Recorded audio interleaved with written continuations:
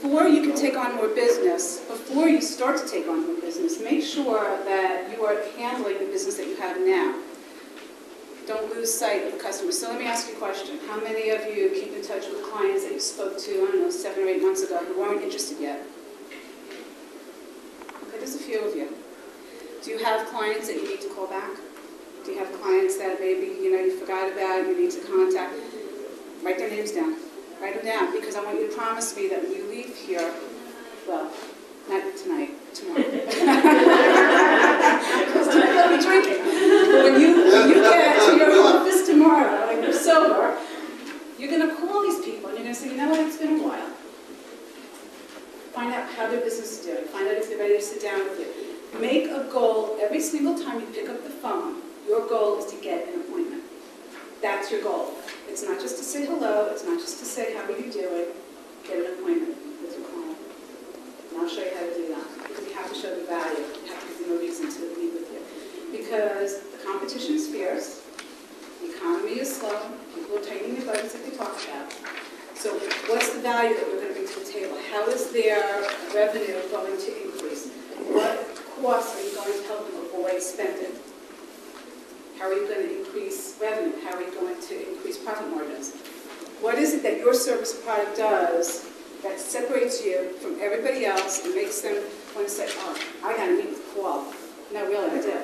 Well, I need you. Okay? So you want to get that excitement. You're passionate about your product. All right? Next week. All right? So that's what you want to do. So be specific, be honest, and remember, act as a consultant. So look at your, now again, I'm a consultant. I go into businesses, I act as a sales consultant. This is what I do. I look at their business, I look at their competition, I look at their industry.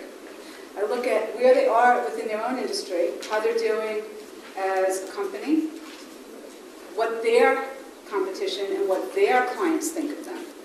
What would your competition say about you? Do you know? Do you know what your competition would say about you? Are you a threat to them? He's nobody, forget him. Well, you don't want them to say that now. You want to say, oh, you're working with, it's John, right? Mm-hmm. You're working with John, forget it. There's no way I can compete with him. That would be nice. Okay, so what is going to make your clients say that about you? Well, I've got to provide a service that makes me stand out to them. Right. And how are you going to do that? And how are you going to show that to them? You just won an award for your cider, didn't you? Well, that's something else. Let me tell you a little secret, okay, in sales.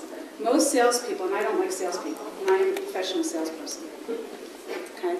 Most salespeople talk too much. I like to talk, it's a problem, I'm sorry. But the problem is that you don't listen. You have to listen 80% of the conversation. You need to do fact-finding. So you've got two types of clients. You've got current clients and you've got prospective clients. Let's talk about your current clients first. Have you asked them for feedback? Okay. Good. Scary.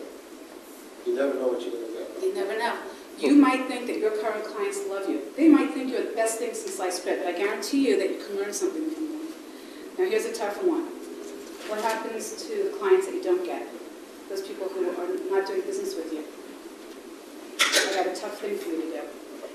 Call them up, ask for a meeting, say I'm trying to grow my business, and for some reason or other I didn't earn your business.